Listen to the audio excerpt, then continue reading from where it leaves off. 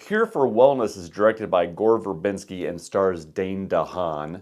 His character is a young executive at a financial firm, and there are some dealings in the firm that needs the okay of the president of the firm, who is kind of a recluse and has traveled to Sweden to go to a hospital, kind of a resort to cure his sickness. So Dane DeHaan's character has to travel to Sweden to find this guy so he can get the document signed so they can do their dealings. Dane DeHaan's character tries to leave this hospital in a hurry. There is a car accident in which he breaks his leg. So he's taken in by this hospital to try to cure his broken leg and get better, but the hospital has some unorthodox things they do. So the movie is Dane DeHaan trying to navigate the weirdness of this hotel, figure out what's going on, and also find this president and convince him to come back to the States to sign some papers. And weirdness and creepiness ensues. The one thing that'll jump out to you if you look up this movie is its running time. It's almost 2.5 hours. And that running time is simultaneously the movie's best attribute and also its downfall. And when I say downfall, I'm not saying that this is a bad film. What I'm saying is it's a good film that, given some changes in its third act, could have been a great film.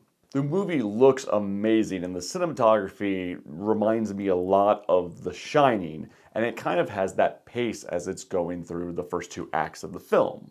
It's slow and deliberate, and the imagery is creepy, and it kind of oozes just weirdness. And all of that kept me motivated throughout the film's first 2 acts. And because of the film's slow, deliberate pacing, I was able to forgive the film's running time for the most part, because the length of the film plays into how long you're spending investigating this hotel with Dane DeHaan's character. But at the same time, when you get to the third act and you find out what is actually going on at this hotel, and that tension is broken, the film tends to start dragging a little bit because that tension's no longer there. And the third act of this film is unlike the first 2 acts in that it is very, very, very, very over the top. In its content, which is very R-rated, and its visual style, it gets very in your face very quickly. And all that is fine as long as it still flows. But I don't think it does. I'm very torn on this film because at times I really enjoyed it and I really liked the cinematography that Gore Verbinski was showing me and the story that was being told. But the third act was a bit of a letdown for me.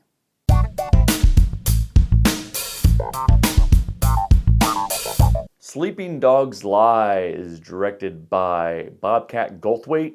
It is Bobcat's second directorial effort. And if you've ever seen any of his films, you know that Bobcat deals in his films with very taboo subject matter.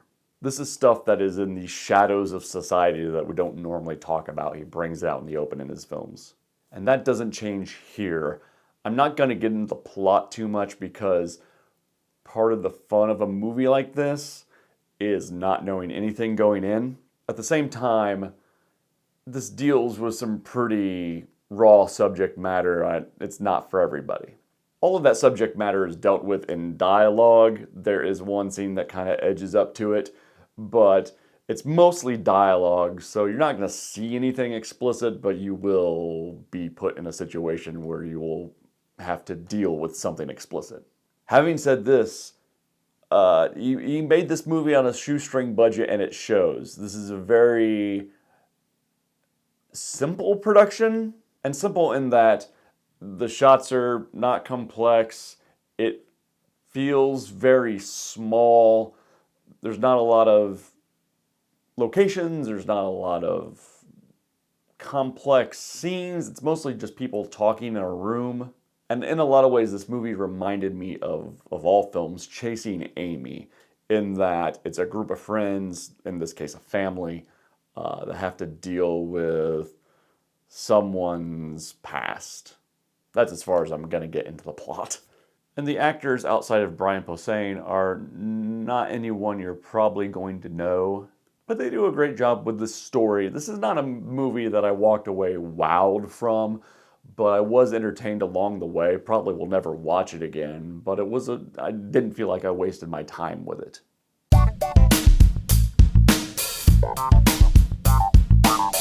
Alita: Battle Angel is a movie that stars Rosa Salazar and Christoph Waltz. Waltz plays a scientist who finds the carcass of a discarded robot. This is in the future, by the way. He rebuilds this robot in the image of a lost daughter, names her Alita, and then they get put into situations where they have to fight bad guys, evil robots, or hybrids. And I had a sense of dread about an hour and a half into this movie. At about Act 3, I realized that we hadn't met the bad guy yet. We had just met the underlings for the bad guy. We had seen the bad guy in a way, but he was not the focus of the film. And I started saying to myself, oh no, they're setting this up for a sequel. It's one thing if you set yourself up for a sequel, but you still resolve the conflicts inside the confines of the first film. And this film did not do that. It is not over. Which leads this film to not have a satisfying conclusion. And also, given things outside of the film's control, the sequels may never get made because 20th Century Fox got bought by Disney. It's basically shut down at this point. And up until that point, it was fine. I'm not a fan of the original source material. I'm not familiar with the original source material. I didn't feel like I was missing out on anything, so I guess the film does a good job of setting up this world.